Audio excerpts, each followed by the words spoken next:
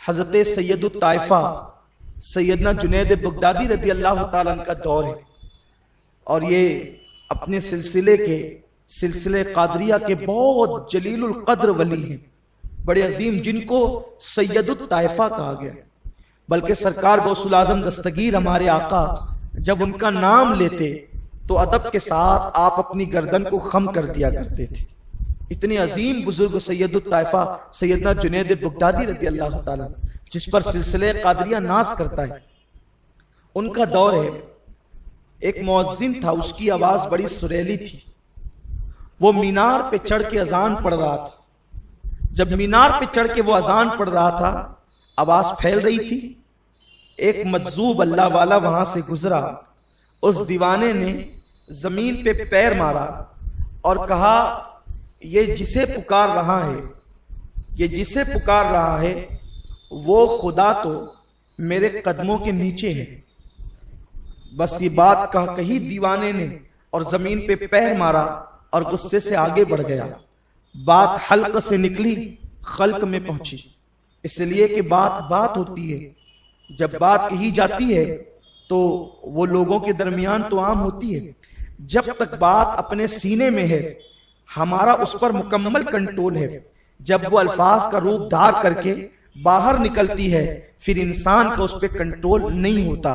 اس لیے بڑے ہوشیار اور دانا لوگوں کی علامت مولا کائنات نے یہ بتائی ہے کہ جو بولتے ہیں تو پہلے سوچتے ہیں پھر بولتے ہیں، اور نادان لوگ وہ ہیں جو بول کر کے سوچتے ہیں۔ ان لوگوں میں بنو، سوچ کر بولو، ان لوگوں میں نہ بنو، بول کر سوچو۔ اور اپنی زبان کھولنے سے پہلے یہ تصور کرو کہ آپ کے یہ جملے تیر کی طرح ہیں۔ تیر کے لگے ہوئے زخم جو ہے وہ مرہم سے شفایاب ہو جاتے ہیں، لیکن الفاظ کے زخم کبھی شفایاب نہیں ہوتے، بلکہ ہر لمحہ انسان کو بے چین کرتے ہیں۔ اور اللہ نے حکم دیا، وَقُولُ قَوْلًا سَدِيدًا، جب تم گفتگو کرو اچھی گفتگو کرو۔ اگر کسی کو صدقہ نہیں دے سکتے تو کسی کی جھولی میں کچھ میٹھے بول ہی ڈال دیا کرو، اس لیے کہ میرے حضور کے پاس جان کے دشمن بھی آتے تو میرے مصطفیٰ کریم صلی اللہ علیہ وسلم ایسی بات کرتے کہ یوں لگتا کہ لبہائے اقدس سے الفاظ نہیں نکل رہے ہیں، جیسے جنت کے درخت سے پھولوں کی بوچھار ہو رہی ہے۔ وہ میرا آقا سید المرسلین صلی اللہ علیہ وسلم کا انداز تھا۔ کہنے والے نے کہہ تو دیا کہ جس کو یہ پکار رہا ہے وہ خدا میرے پیروں کے نیچے ہے۔ سننے والے بھی سنتے ہیں، سمجھتے نہیں، آدھی ادھوری سن کر اڑا دیتے ہیں۔ ایسا ہی کچھ ہوا، اس لیے کہ کہنے والا سوچ کر کہے اور سننے والا سن کر سوچے۔ بہت اہم جواہر پارے پیش کر رہا ہوں سنجیدگی کے ساتھ۔ کہنے والے کے لیے یہ حکم ہے سوچ کر بولے، پہلے سوچے پھر بولے، اور سننے والے کے لیے پہلے سنے پھر سوچے۔ کہنے والا سوچے بغیر بولنے لگا اور سننے والا بغیر سنے سوچنے لگا۔ ابھی بات پوری بھی نہیں سنتا کہ خود ہی سوچنے میں پڑ جاتا ہے، اس کا معنی کیا ہے؟ پوری سن تو صحیح۔ ہندوستان کا ایک لیڈر جو جہنم رسید ہو گیا، وہ اپنے جلسوں میں قرآن شریف کی آیت پڑھ کر کے ہنستا اور ہنساتا تھا کہ دیکھو قرآن کہتا ہے یا ایھا الذین آمنوا لا تقربوا الصلاۃ، اے ایمان والو نماز کے قریب نہ جاؤ۔ یہ مسلمان بیوقوف نماز کے لیے دوڑ پڑتے ہیں، جہنم رسید ہو گیا، جلا دیا گیا، لیکن اس پاگل کو یہ نہیں پتا کہ وہ قرآن کی پوری آیت نہیں پڑھتا۔ یہ حال ہوتا ہے لوگوں کا۔ سوچو، سننے کے بعد سوچو، آدھی ادھوری بات سننے کے بعد نہ سوچا کرو، کیونکہ کبھی ایسا ہوتا ہے کہ کسی کی گفتگو میں اسی کے اعتراض کا جواب موجود ہوتا ہے، اس کی اپنی غلطیوں کا ازالہ موجود ہوتا ہے۔ بہرحال لوگوں نے سنا، اڑا دی، پورے بغداد میں ہنگامہ۔ ایک دیوانے نے کہا اذان سن کر یہ جس کو پکار رہا ہے وہ خدا تو میرے پیر کے نیچے ہے۔ ہاہاکار مچ گیا، بائیکاٹ بائیکاٹ بائیکاٹ۔ علماء سے فضلاء سے استفتاء کیا گیا کیا حکم ہے؟ لوگوں نے کہا اس نے کلمہ کفریہ بکا ہے، سو یہ مرتد ہو گیا، اس لیے اس کی سزا یہ ہے اسے قتل کر دیا جائے۔ ڈھونڈو اس کو، پکڑو اس کو۔ ظاہر سی بات ہے اسلامی حکومت تھی، مفتیان کرام کا فتویٰ تھا اور غریب کو پکڑ لیا گیا تھا، لیکن ان علماء میں ایک ایسا عالم بھی تھا کہ جس کی نظر کتاب کے ساتھ دل پر بھی تھی۔ یہ بہت خاص بات ہے، کتابوں پر نظر تو سب کی ہوتی ہے، علماء ربانیین وہ ہے جو کتاب کے حروف کے ساتھ دل کے تاروں پر بھی نظر رکھتے ہیں، اور انہی کو علماء ربانیین ہونے کا شرف حاصل۔ سیدنا امام اعظم ابو حنیفہ نے اپنے بیٹے سے کہا، میرے بیٹے ایک نصیحت ہے تیرے لیے، کبھی کسی سے مناظرہ مت کرنا۔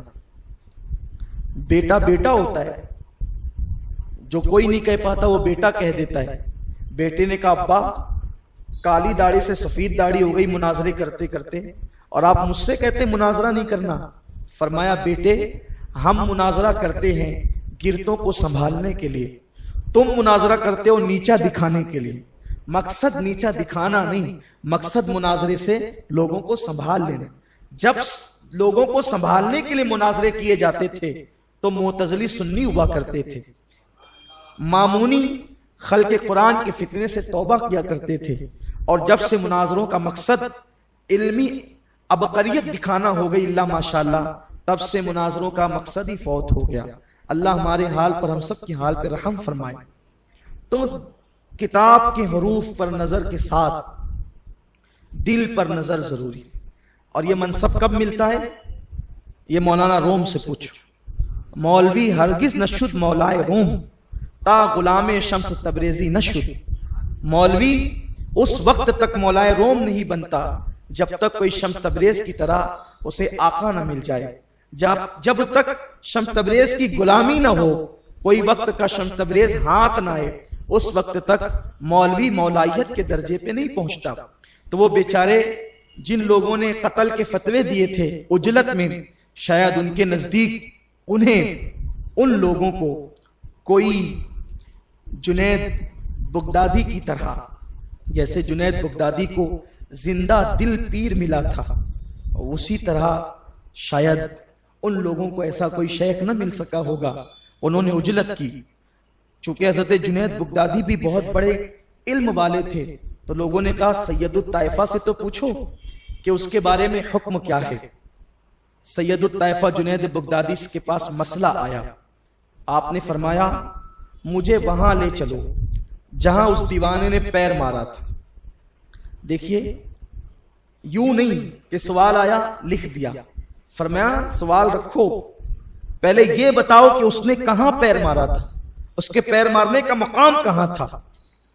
لے گئے لوگ، آپ نے فرمایا اس کو کھودو۔ جب کھودا تو وہاں پیسے اور جواہرات نکلے۔ آپ نے فرمایا مؤذن کو بلاؤ۔ مؤذن بلایا گیا، فرمایا اللہ کی عزت کی قسم دے کر تجھ سے پوچھتا ہوں، جب تو اذان دے رہا تھا تو تیری نیت کیا تھی، تیرا مقصد کیا تھا، کس مقصد سے تو اذان پڑھ رہا تھا؟ جب مؤذن کو اللہ کی قسم دی گئی تو اتنا تو اس میں ضمیر زندہ تھا کہ اس نے حق کو اگل دیا اور کہا کہ میری آواز بڑی سریلی ہے، مینار پہ چڑھ کر اذان دینے کا مقصد یہ تھا کہ جب میری اذان بغداد کے تاجدار اور مالدار سنیں گے تو میری جھولی کو جواہرات سے بھر دیں گے۔ مقصد یہ تھا کہ میری جھولی جواہرات سے بھر دی جائے گی۔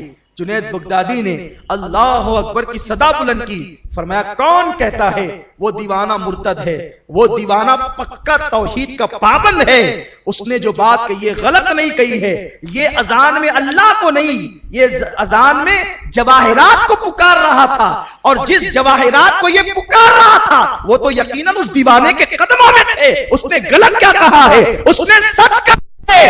او ظاہر بینو، تمہارے الفاظ ظاہر تک ٹک گئے اور وہ مقصد تک پہنچ گیا۔ مقصد فوت ہو رہا ہے، مقصد کی طرف آؤ۔ جب مقصد سے نظر ہٹے گی تو ناکامی ہی ناکامی ہوگی۔ اس لیے اللہ تبارک و تعالیٰ نے عبادت کا بھی مقصد متعین کیا ہے کہ ہر مومن کا دل خشیت ربانی کا گنجینہ بن جائے۔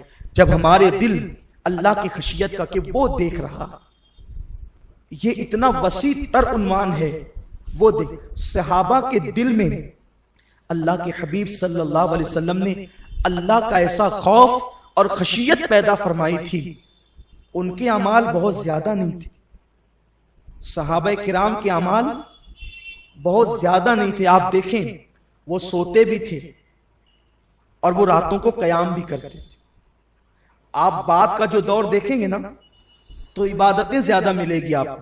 جیسے خود دیکھیں آپ سرکار غوث پاک عشاء کے وضو سے 40 سال تک فجر کی نماز پڑھتے ہیں. بظاہر یہ عمل آپ کو کسی صحابی کی زندگی میں نہیں ملے گا. آپ دیکھ لیں، میرے کہنے کا مقصد یہ نہیں ہے کہ غوث پاک کا مرتبہ صحابی سے بڑھ گیا، قطعاً نہیں، قطعاً نہیں، قطعاً نہیں، یقیناً نہیں. کوئی بھی غیر صحابی سے بڑھنا تو دور کی بات، صحابی کے برابر نہیں ہو سکتا. ایک مرتبہ خود حضور غوث الاعظم دستگیر سے کسی نے کہا کہ امیر معاویہ رضی اللہ تعالیٰ عنہ نے خلافت راشدہ کو ختم کر کے ملوکیت کی بنیاد رکھی اور ان کی زندگی میں کچھ ایسی اتنی کرامتیں نظر نہیں آتی، لیکن آپ کی زندگی میں کرامت بارش کی طرح برستی نظر آتی ہے. تو کیا آپ کا مرتبہ امیر معاویہ سے بڑا ہے؟ سرکار غوث الاعظم دستگیر فرماتے ہیں امیر معاویہ جس گھوڑے پر بیٹھ کر، یہ کون کہہ رہا ہے؟ علی کا وہ بیٹا کہہ رہا ہے جس کا علی کا بیٹا ہونے میں شک ہی نہیں، جس کے شجرے پر اہل شجرہ کبھی شک بھی نہیں کر سکتے، جن کے شجرے مشکوک ہیں، جن کی پیدائش متا کے ذریعے ہوئی ہے، ان کی تو کوئی بات ہی نہیں کرتا، ان کی تو کوئی بات ہی نہیں کرتا.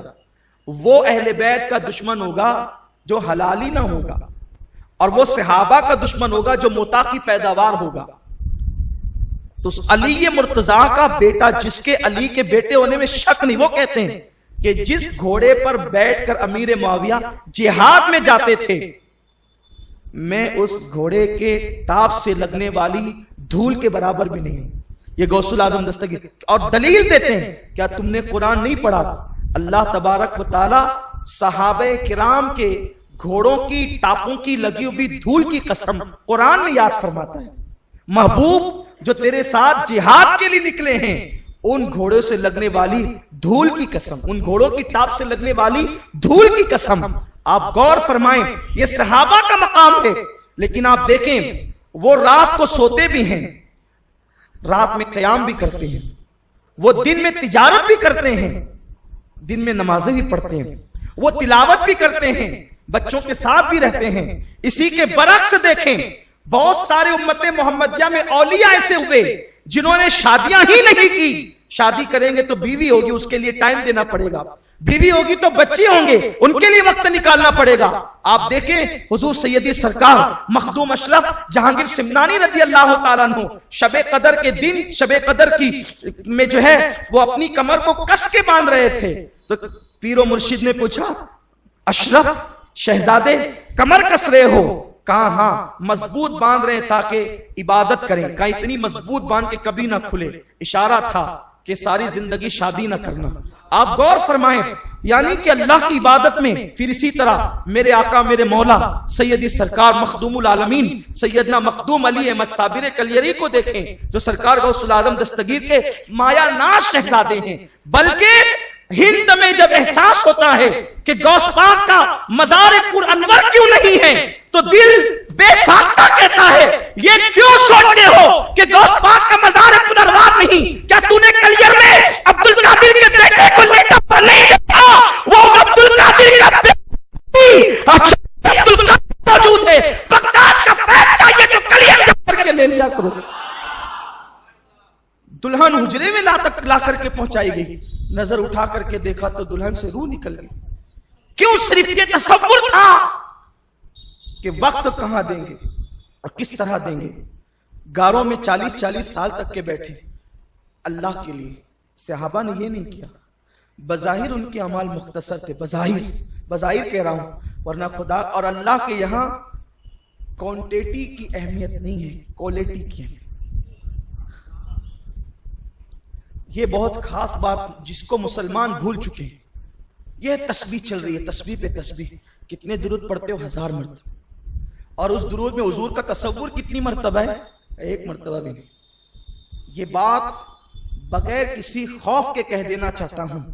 1000 مرتبہ بغیر تصور رسول ادھر ادھر بات کر کے، تجارت اور یہ کر کے اور ادھر ادھر دھیان لگا کے 1000 بار پڑھنے والوں صرف 100 مرتبہ تصور میں پڑھ، وہ 1000 سے بہتر ہے. 100 مرتبہ غفلت میں پڑھنے والے 1 مرتبہ ان کے عشق میں ڈوب کے پڑھ. آقا خود فرماتے جو روا روی میں درود پڑھتے ہیں انہیں فرشتے لاتے ہیں، اور جو عشق میں ڈوب کر پڑھتے ہیں وہ میں خود سنتا ہوں. مقصد فوت ہو رہا ہے تو اللہ کے یہاں جو ہے وہ کوانٹٹی کی اہمیت ہے، اور اللہ کے یہاں کوالٹی کی اہمیت ہے، کوانٹٹی کی نہیں. تو صحابہ کرام کے اعمال بظاہر بڑے مختصر تھے، لیکن اس کے اندر مقصد عبادت موجود تھا، عبادت کا مقصد موجود تھا. اسی لیے آقا نے فرمایا، بخاری شریف کی حدیث ہے کہ میرا صحابی مٹھی بھر جو خیرات کرے، تو صحابی کے مٹھی بھر جو خیرات کرنا غیر صحابی کا احد پہاڑ کے برابر سونا خیرات کرنے سے بہتر ہے. آپ مجھے بتائیں آخر اس مٹھی بھر جو میں کیا سرخاب کے پر لگے تھے؟ وہ مٹھی بھر جو کیا عرش پہ اگتے تھے؟ وہ مٹھی بھر جو کیا آسمان سے برستے تھے؟ وہ بھی تو کھیتی ہی کے جو تھے، وہ بھی تو زمین ہی سے نکلتے تھے. اس کو بونے والا بھی تو کوئی کسان ہی تھا، اس میں بھی تو کھاد ہی پڑتی تھی، وہ بھی تو پانی سے ہی نشو پاتے تھے. پھر ان جو میں کمال کیا تھا؟ کمال جو کا نہیں تھا، کمال ان دینے والی مٹھیوں کا تھا. اور جن مٹھیوں میں جو تھے، کمال ان مٹھی والے دلوں کا تھا کہ عبادت کے مقصد پہ نظر تھی. تو مٹھی میں جو احد پہاڑ جو 16 خیرات کیا جا رہا ہے اس پر بھاری بھرکم ثابت ہوتے تھے.